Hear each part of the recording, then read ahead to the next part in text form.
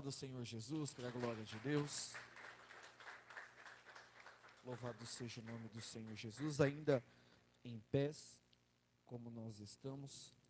Abrimos as nossas Bíblias no livro de Atos dos Apóstolos, capítulo de número 3. Livro de Atos dos Apóstolos, capítulo de número 3. Glórias a Deus. Irmãos, hoje nós tivemos aqui pela manhã uma escola bíblica dominical abençoado, irmãos. Abençoado. O pastor Williams falou sobre a rua Azusa, sobre o mover do Espírito Santo, as evidências.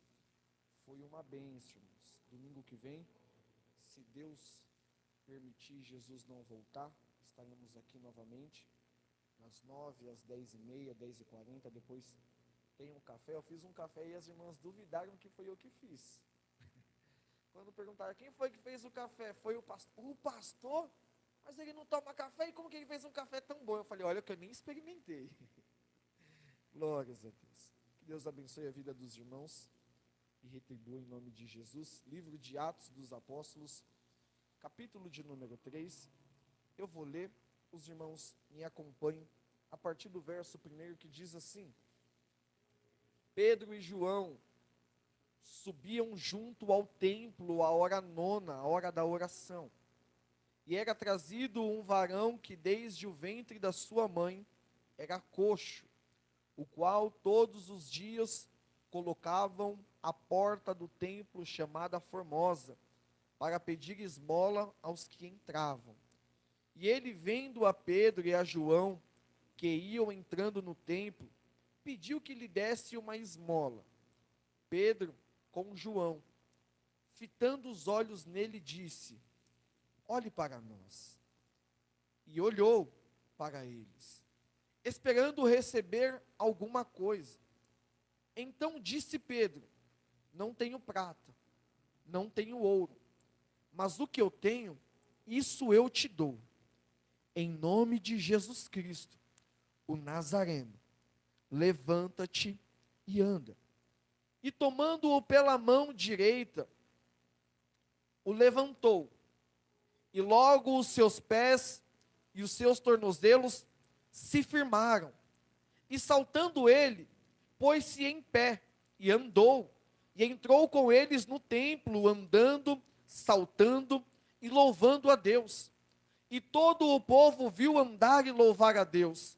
E conheciam-no, pois era ele mesmo que estava sentado a pedir esmola à porta formosa do templo. E ficaram cheios de pasmos e assombro pelo que acontecera. E pegando-se ele a Pedro e a João, todo o povo correu atônito para junto deles, no alpendre chamado de Salomão. E quando Pedro viu isso, disse ao povo: varões israelitas, por que vos maravilheis disto? Ou por que olhais tanto para nós, como se por nossa própria virtude ou santidade fizéssemos andar a este homem? O Deus de Abraão, o Deus de Isaque, o Deus de Jacó, o Deus dos vossos pais, glorificou o seu filho Jesus, a quem vós entregaram perante a face de Pilatos, negando e tendo ele determinado que fosse solto. Mas vós negastes o santo, o justo, e pediram que um homicida fosse solto.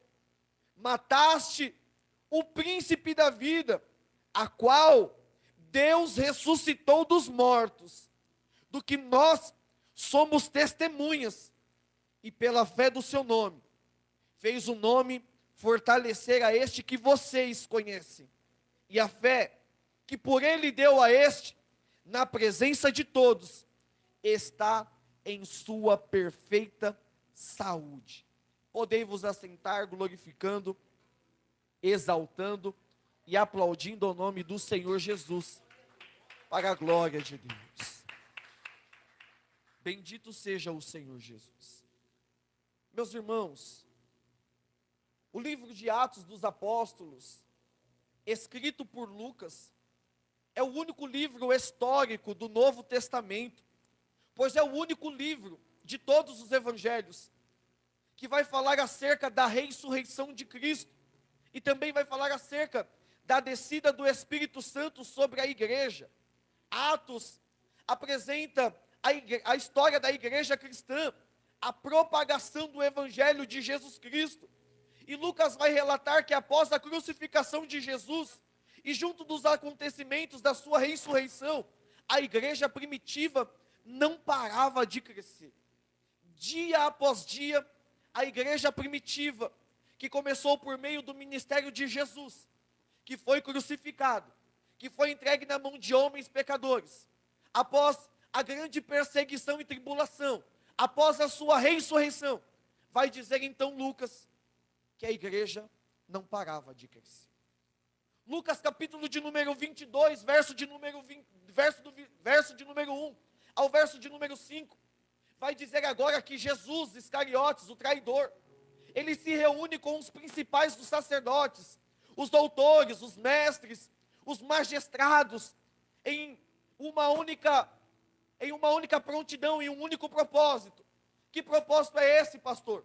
Matar a Jesus, crucificar Jesus, entregar Jesus nas mãos dos soldados romanos, para que Jesus viesse ser crucificado. Pois bem, Lucas, no capítulo de número 22, o verso de número 1 ao verso de número 5, vai dizer que Judas então se reúne com eles.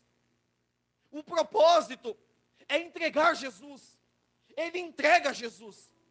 Jesus participa da Santa Ceia, do verso de número 5 em diante. Vai dizer que Jesus chama os discípulos para orar.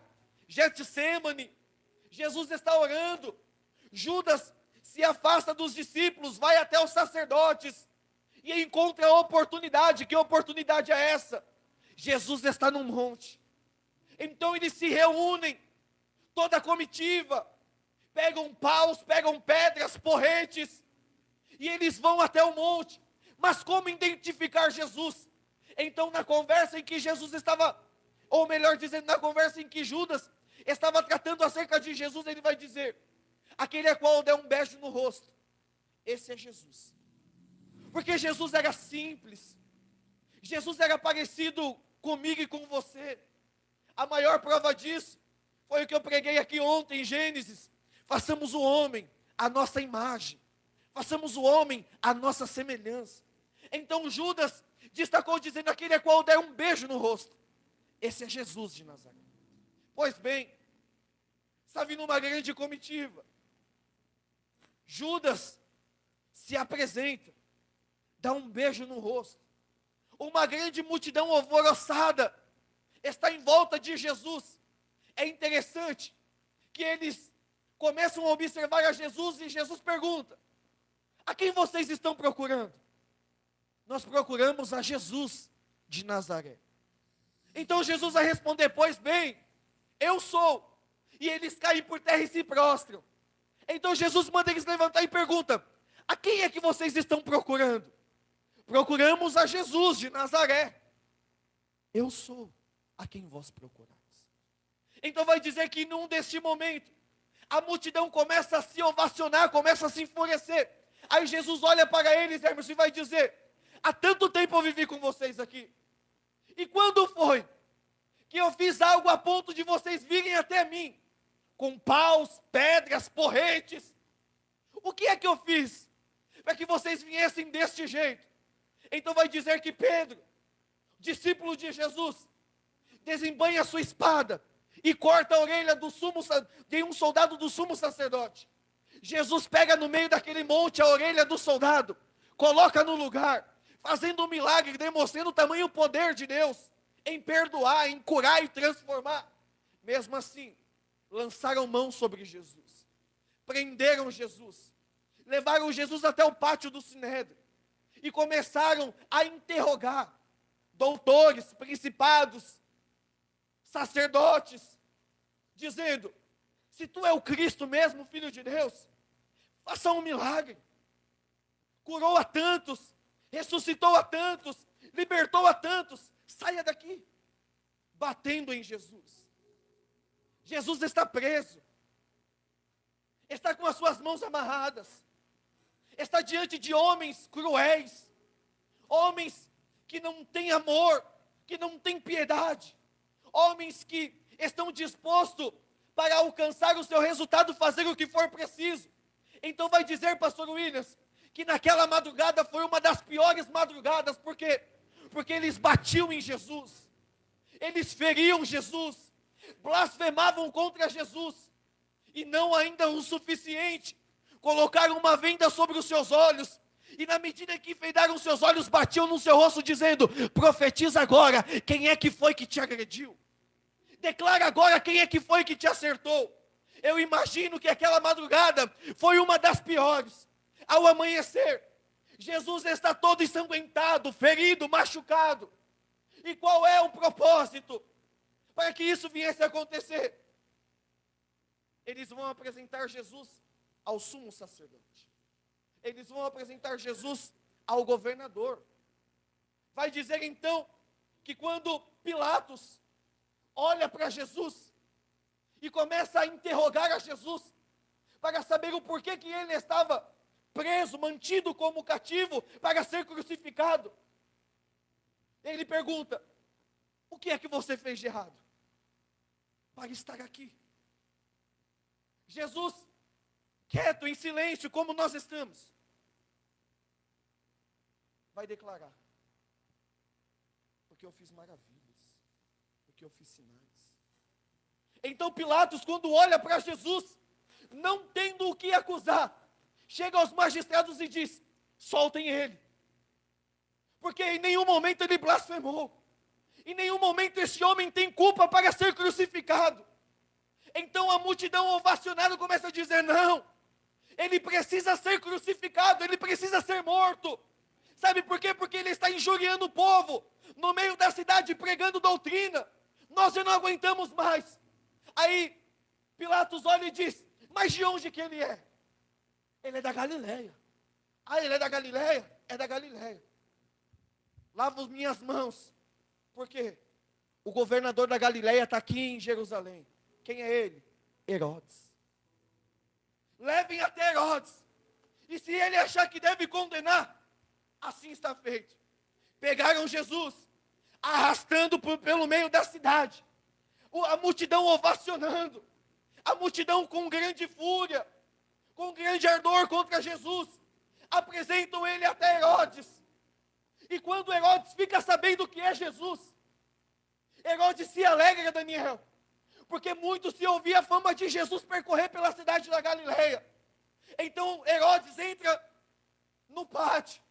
Jesus está preso, não sei se sentado, se de pé ou se deitado, mas Herodes se alegra quando vê Jesus. Então ele começa a interrogar Jesus, esperando que Jesus viesse fazer algum milagre. Ele começa a dizer: por que é que você está aqui, Jesus? Jesus em silêncio. O que é que você fez para ser condenado?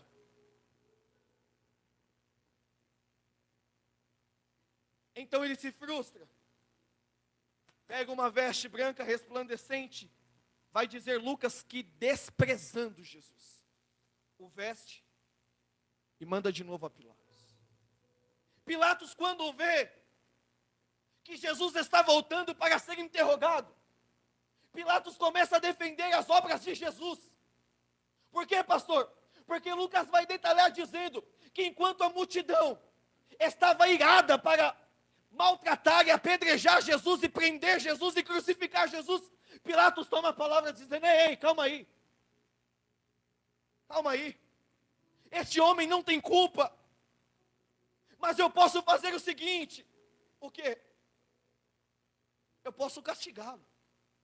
Fazer com que ele venha pagar por aquilo que ele fez. E nós liberamos ele.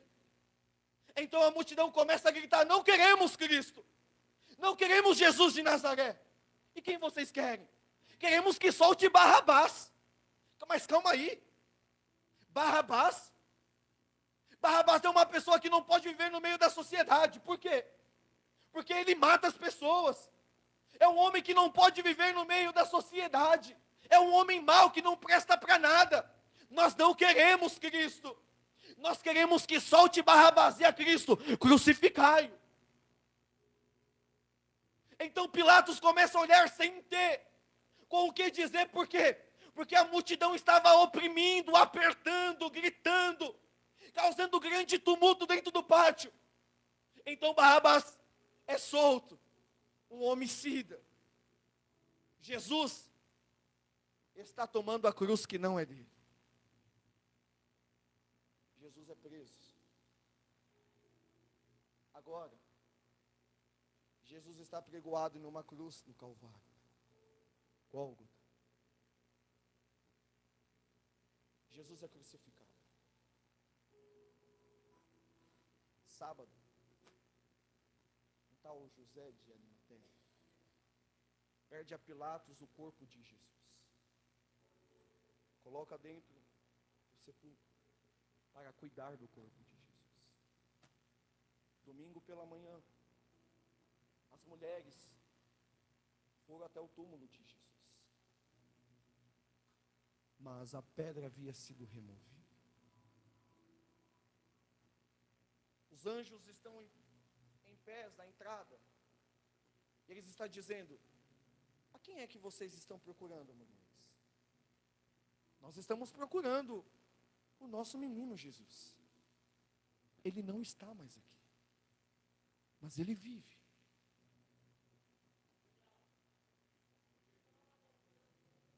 Maltratado, ferido, falsas acusações, caluniações, feriram o seu rosto, esbofetearam, zombaram, desprezaram. As mulheres estão procurando o corpo de Jesus para cuidar do corpo. Só que para conhecimento delas, o anjo está dizendo: ele não está mais aqui, mas ele ressuscitou.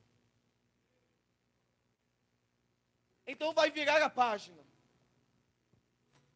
Jesus ressuscita, aparece para as mulheres, aparece para alguns discípulos, aparece para os dois que estão no caminho de Emaús, volta onde eles estão reunidos, e começa a dialogar e a conversar com eles. Então, Jesus passa, após a sua morte, um período de 40 dias, e o que Jesus estava fazendo? Orientando os seus discípulos acerca do reino de Deus. Jesus estava orientando como a igreja deveria suportar a luta. Jesus estava orientando como a igreja deveria suportar a perseguição. Jesus estava orientando os seus discípulos a perseverarem acima de todas as coisas. Jesus estava dizendo aos discípulos: não parem agora. A última instrução de Jesus, após 40 dias, está escrita no livro de Atos dos Apóstolos, capítulo de número 1. Jesus está orientando os seus discípulos. E no capítulo de número 1 de Atos dos Apóstolos, verso de número 1 vai dizer: e fiz o primeiro tratado, ó Teófilo, acerca de tudo que Jesus começou, não só a fazer, mas também a ensinar. Até o dia em que foi recebido de cima, depois de ter dado mandamentos pelo Espírito Santo aos apóstolos, a qual escolheu, aos quais também, depois de ter padecido, se apresentou vivo, com muitas e infalíveis provas, sendo visto por eles em espaço de 40 dias, falando a respeito do reino de Deus.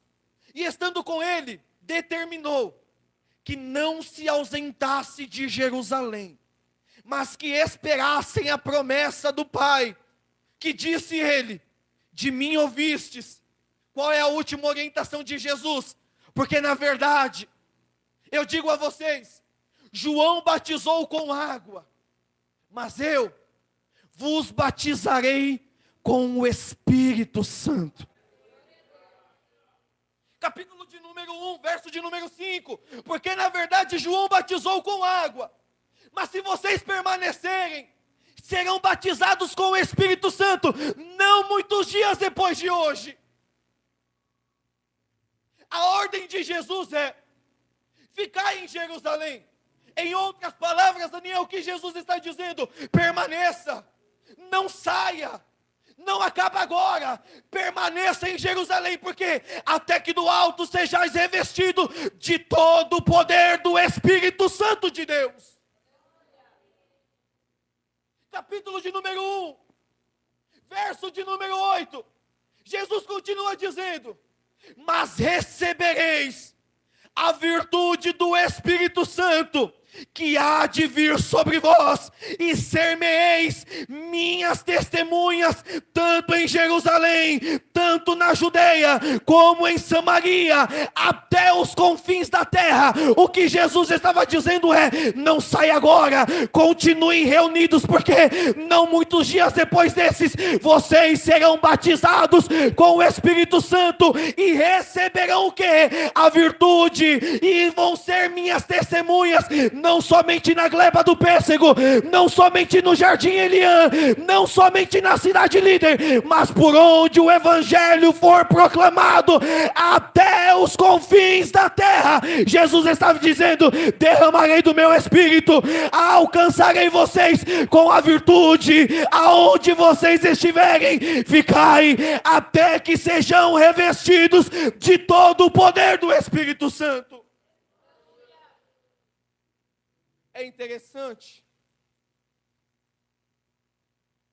que quando Jesus disse: ficar em Jerusalém, porque vocês vão receber o Espírito Santo, e não somente o Espírito Santo, mas também vocês receberão a virtude. Virtude. O que é que Jesus está dizendo sobre virtude? Vocês vão receber o poder do Espírito Santo. Vocês vão receber força, vocês vão receber temperança, vocês vão receber fé, a esperança para continuar.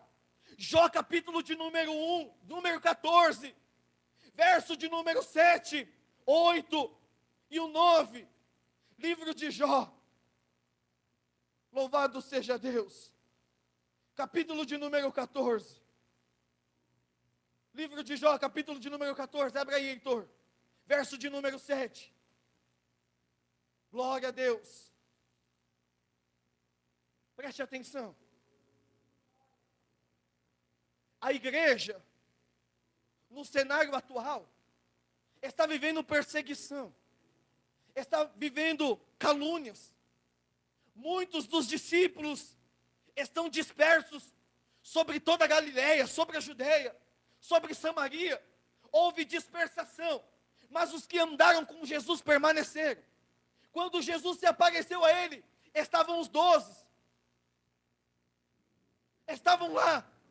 Então Jesus estava dizendo: fiquem aqui, não saiam. Ainda que seja difícil, permaneçam. Porque eu derramarei sobre vocês o Espírito Santo, a virtude, a força. Então Jó, capítulo de número 14. Verso de número 7, 8 e 9 vai dizer: porque há esperança para a árvore que, se for cortada, ainda se renovará, e não cessarão os seus renovos. Se envelhecer na terra a sua raiz, e morrer o seu tronco no pó, ao cheiro das águas brotará, e dará ramos como planta. Isaías vai confirmar isso.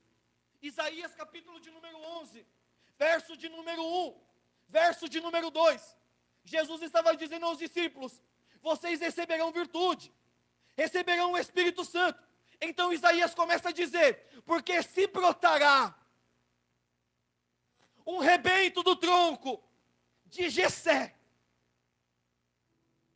e das suas raízes um renovo frutificará.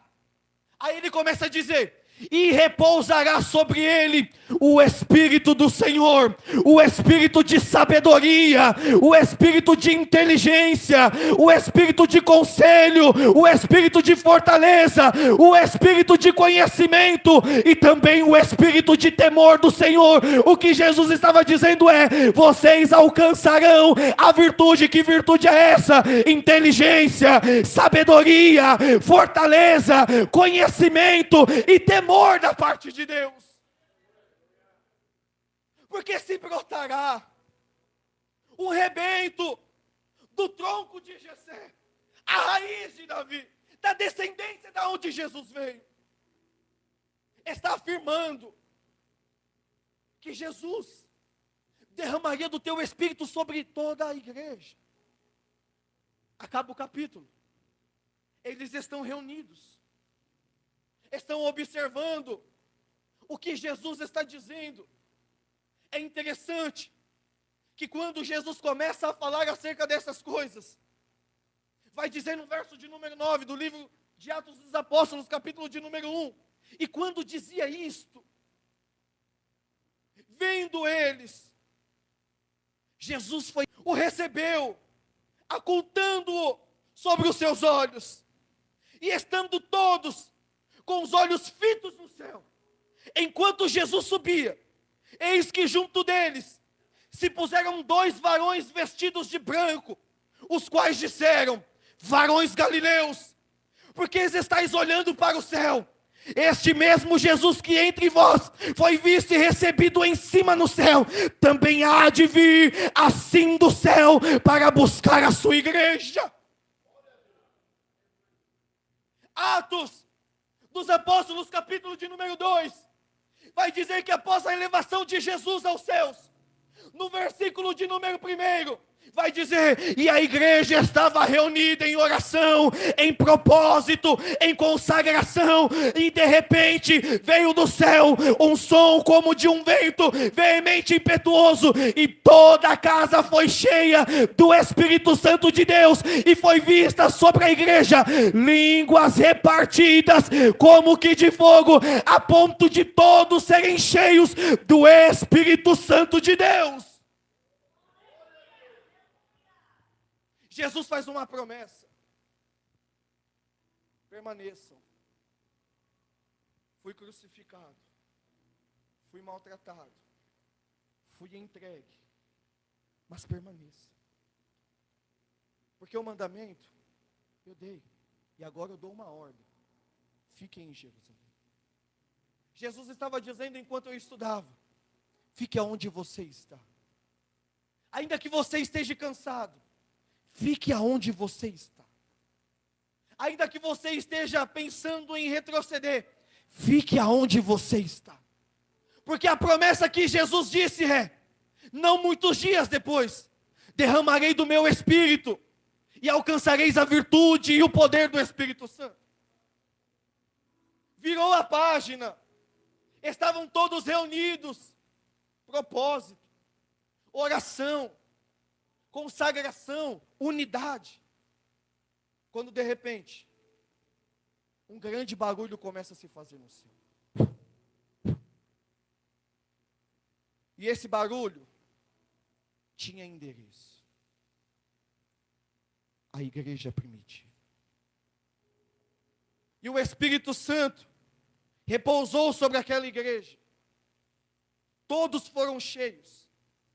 Todos começaram a falar em línguas estranhas. Quem está do lado de fora não está entendendo. Quem está do lado de dentro não quer sair. Os curiosos estão olhando e estão dizendo: não é possível. Aproximadamente 10 horas da manhã, estão embriagados. Pedro toma a palavra dizendo: ei, peraí. Ninguém aqui está embriagado. Isso aqui é poder, é manifestação do Espírito Santo de Deus. Então vai dizer que no capítulo de número 2 de Atos dos Apóstolos, Pedro, aproveitando a oportunidade, verso de número 14, vai dizer que Pedro começa a pregar com eloquência, cheio do Espírito Santo. 3.000 almas aceitam a Jesus como o único, suficiente e salvador da sua vida. A pregação de Pedro é tão convincente, a sua fala é tão convicta, que quem está ouvindo está dizendo entre si: eu preciso aceitar esse Senhor. Quem está ouvindo dentro de si está dizendo: eu preciso ter uma vida transformada. Quem está ouvindo a pregação de Pedro, se atentando às suas palavras, testificando daquilo que era verdade, está dizendo: eu preciso ter a minha vida transformada. Pois bem, 3.000 almas aceitaram a Jesus com convicção que Jesus é o único e suficiente Salvador da sua vida. O culto quase que não acaba, Jorge. Por quê? Eles confessaram o nome de Jesus. Qual é o próximo passo, presbítero Davi? Não quero só aceitar Jesus, mas eu também preciso e necessito ser batizado nas águas. Então vai dizer que 3.000 almas, não sei como, descem o tanque, demonstrando para todos: a partir de hoje, não somente aceitei Jesus, mas a minha vida também passará a ser mudada. 3.000 almas foram batizadas no tanque, na piscina, no rio, não sei, mas foram submergidas, reconhecendo que não há outro. Então vai dizer que a igreja que agora aceitou a Jesus hoje, se batizou hoje, tinham tudo em comum. Povos diferentes, nações diferentes, mas tinham tudo em comum. Sabe por quê? Porque estar em Jesus é estar em unidade. Estar em Jesus não é estar em divisão. Eu não posso dizer sou membro do corpo, mas estou fora. Eu só posso dizer sou membro deste corpo se eu estiver ligado no corpo. Então Jesus vai dizer: vocês são os ramos, as varas, e toda vaga que estiver enxertada em mim, e eu estiver enxertado nele, este dará muitos frutos. João vai dizer isso. E eles tinham tudo em comum. Repartiam as suas propriedades, compartilhavam do partir do pão, das súplicas, das orações. E vai dizer que este Deus ainda acrescentava sobre a sua igreja aquele que se havia de salvar.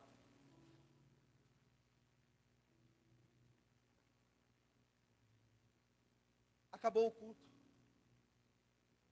Foram todos para os seus lares. A história não termina. Pedro, João, estão subindo perto da hora nona. Qual o propósito, pastor? Precisamos orar. 3.000 almas, precisamos orar. Qual o propósito da igreja? Precisamos continuar no caminho da oração. Qual o propósito de estarmos aqui? Precisamos continuar com contínua oração. Qual é o propósito de eu vir aqui? Orar para que a minha família não caia. Qual é o propósito de eu estar aqui? Orar para que o meu irmão da esquerda não caia. Qual é o propósito de eu estar aqui? Orar para que Deus alcance quem está lá do outro lado perdido. Qual é o propósito da igreja? Precisamos continuar orando uns pelos outros, buscando a face de Deus, o Todo-Poderoso. Estou terminando. Eles estão subindo ao templo para orar,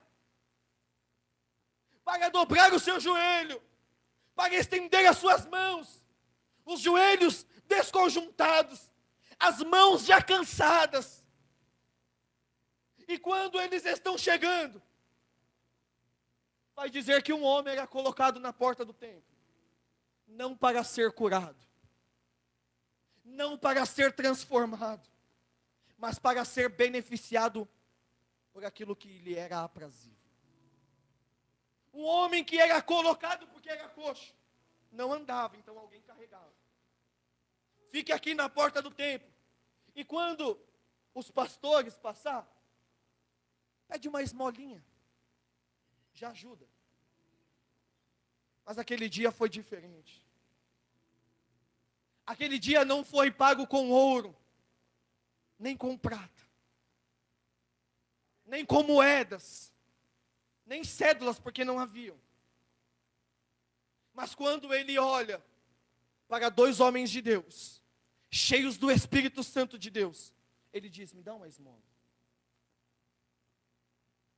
Homens de oração, igreja de oração, não oferece recursos terrenos, mas oferece recursos eternos e espirituais.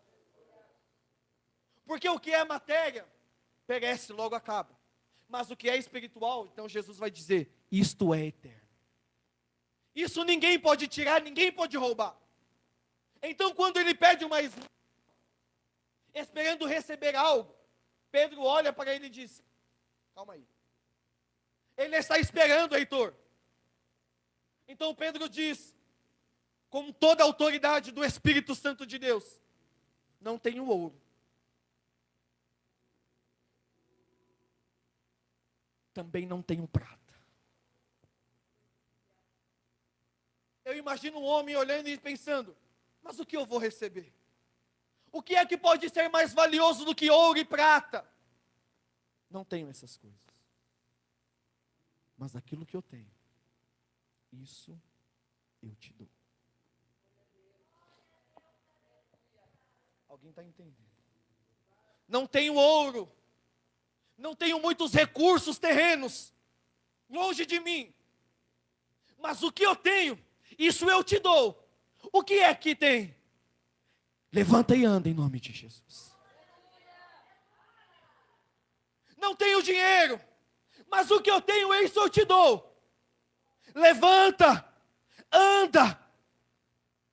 A cura física, a cura espiritual, fez com que aquele homem viesse dar um salto. Os seus pés se firmaram, os seus tornozelos se consertaram. Então ele começa a pular e a dizer: glória a Deus, glória a Deus, glória a Deus, porque não recebi dinheiro, não recebi prata, mas eu recebi o que eu precisava. Glória a Deus, glória a Deus, glória a Deus, glória a Deus. Então ele entra para dentro do templo. O culto está rolando, todo mundo bonitinho, igual aqui na gleba do pêssego. Quando de repente alguém olha e diz: aquele ali não é o que estava na porta do templo agora, quando a gente chegou? É verdade.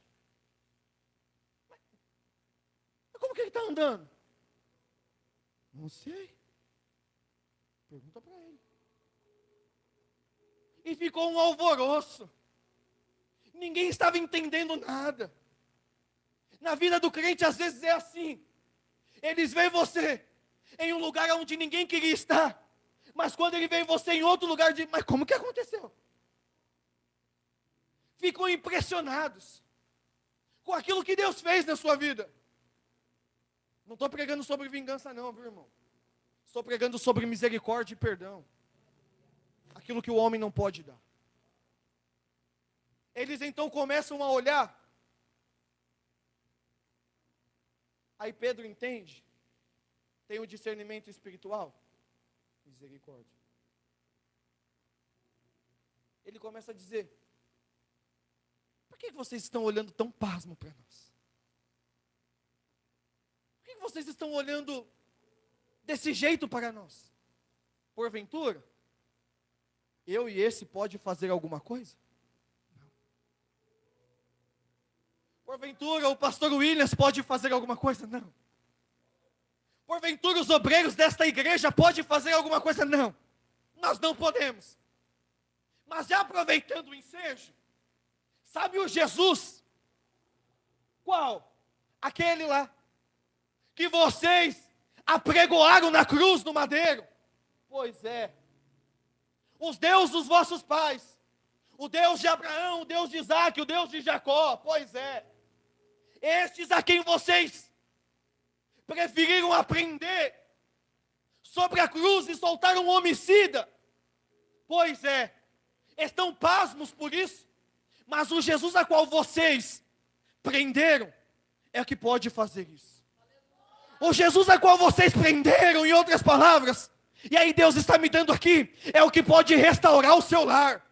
O Jesus a qual nós prendemos, chicoteamos, esbofetamos, blasfemamos contra Ele, é aquele que pode restaurar, é aquele que pode curar, e também pode transformar. Então não olha para mim, porque quem fez este homem ficar em sua plena e certeza, saúde estável, foi o Jesus, a qual vocês pregaram na cruz do madeiro.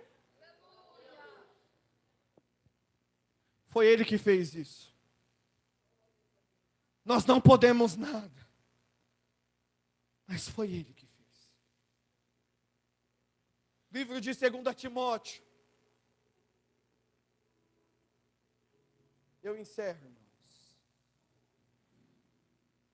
Capítulo de número 1. Verso de número 3 em diante.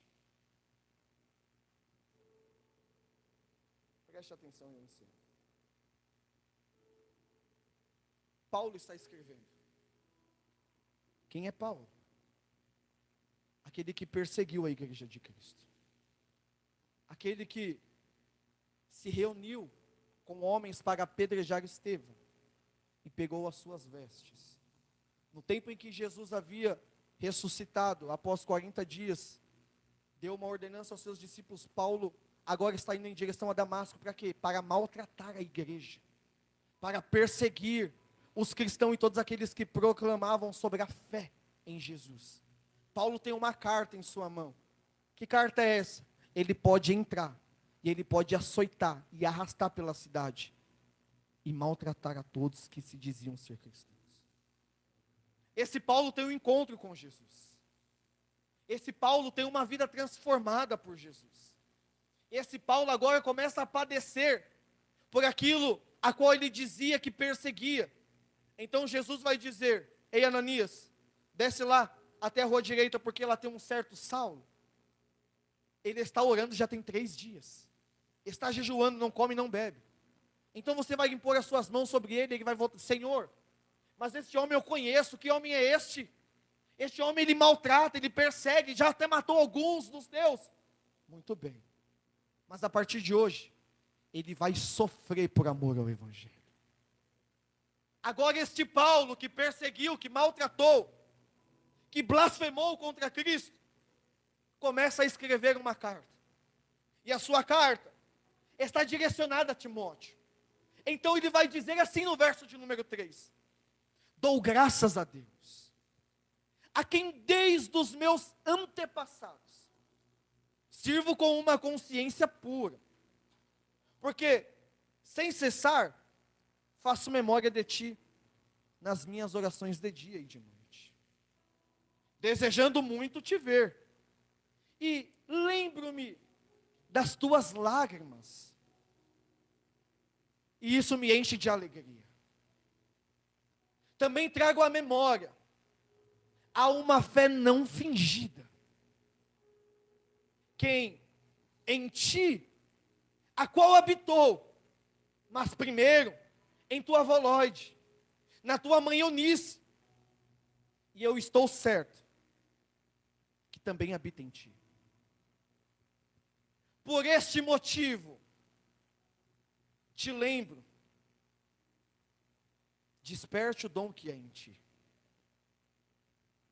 Desperta o dom de Deus que existe em ti, pela imposição de mãos, porque Deus não nos deu um espírito de temor, mas de fortaleza, de amor, de moderação.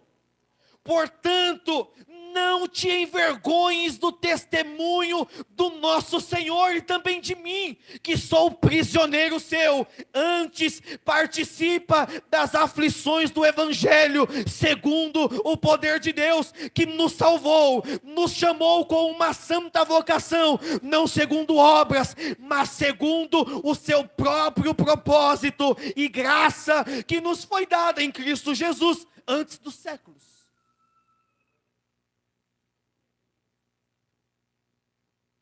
E que manifesta agora, pela aparição do nosso Salvador Jesus Cristo, o qual aboliu a morte e trouxe à luz a vida, e a incorrupção pelo Evangelho.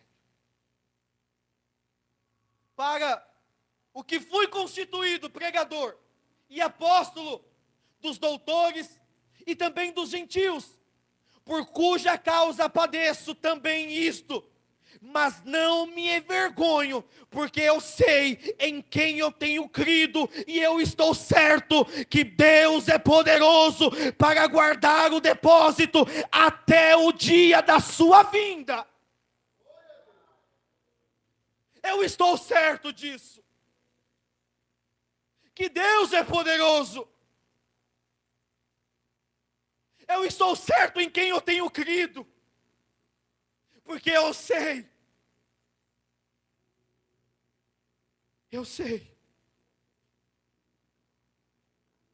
que Ele é aquele que tem guardado o meu depósito, Ele é aquele que tem cuidado da minha vida. Então Paulo está escrevendo para Timóteo, dizendo: olha, Timóteo, eu tenho padecido muito, mas eu não me envergonho do Evangelho. Olha, Timóteo, eu tenho sofrido grandes tribulações, mas eu não me envergonho da fé. Olha, Timóteo, eu tenho passado por tanta dificuldade, mas eu sei em quem eu tenho crido. O que Paulo está dizendo é: desperta a fé que foi depositada em ti antes da fundação do mundo. Desperta. Aí Jesus dizia em meu coração nesta tarde: desperta, desperta, igreja, desperta. Está difícil, continue. Está complicado, persevere. Porque a promessa de Jesus sobre a igreja era: ficar em Jerusalém, até que sejais revestidos. Aí quando Paulo começa a escrever, ele está dizendo: lembra-te do que o Senhor Jesus tem feito, e desperta o dom que há em você, Timóteo, desperta a fé. Irmãos, coloquemos-nos em pés em nome de Jesus.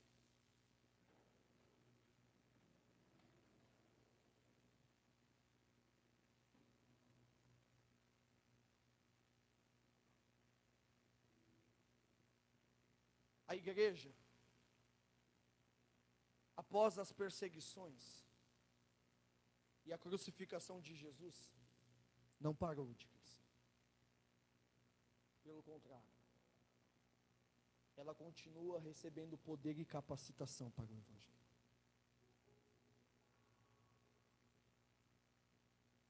Pela autoridade de Deus e em nome de Jesus. Não pare. Continue orando. Continue se lembrando de onde foi que Jesus te resgatou.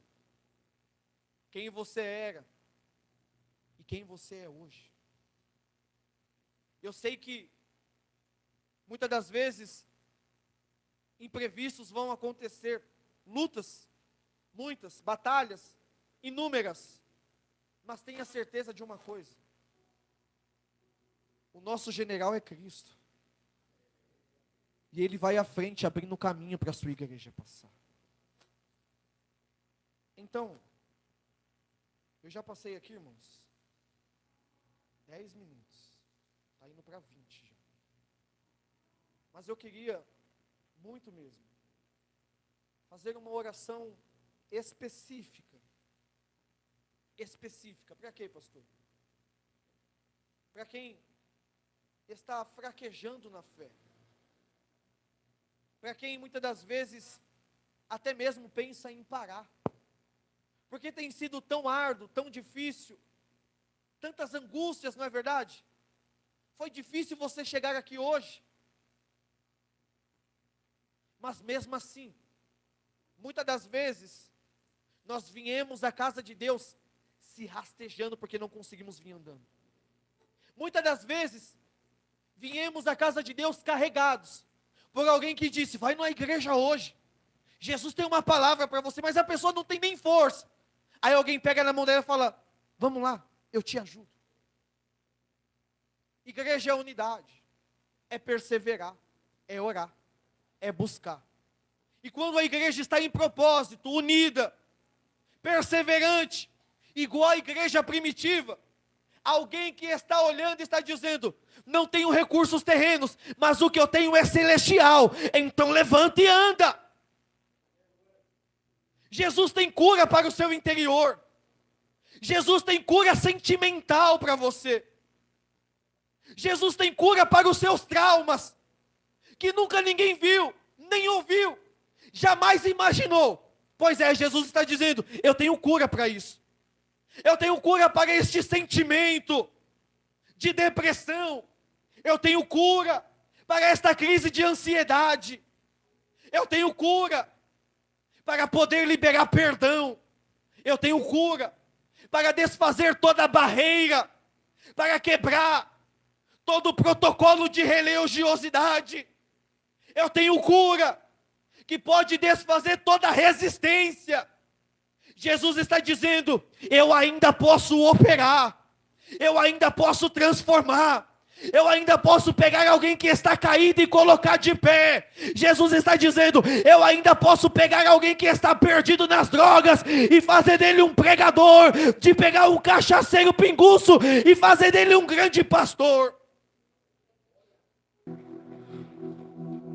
Que a graça bendita de Deus te alcance nessa noite. Que haja paz sobre a sua vida. Que haja paz em seu coração, sobre a sua mente. Em meio à tempestade, é possível sentir paz. Deus está dizendo: a paz que excede sobre todo entendimento. Em meio ao caos é possível ter paz.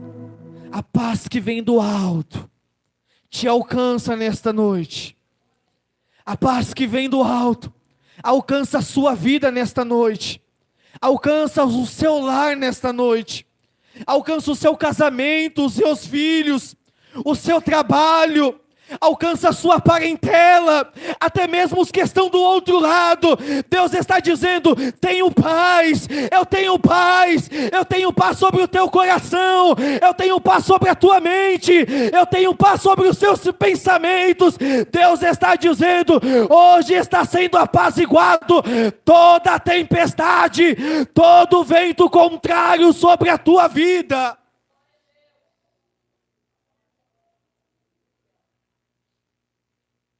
E essa paz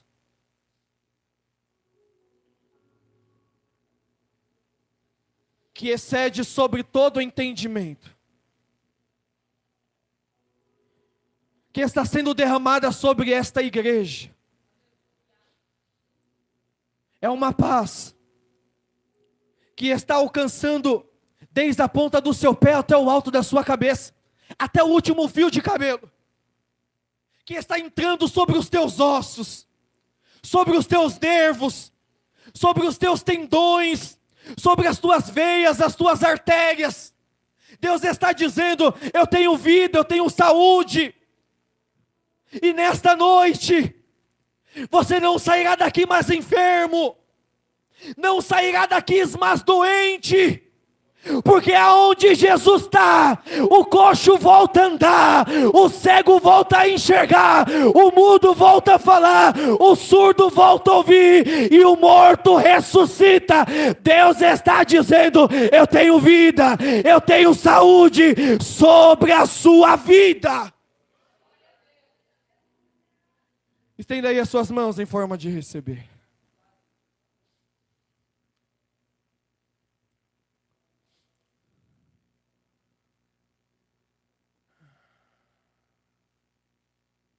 Que o grande amor de Deus, a graça do nosso Senhor e Salvador Jesus Cristo,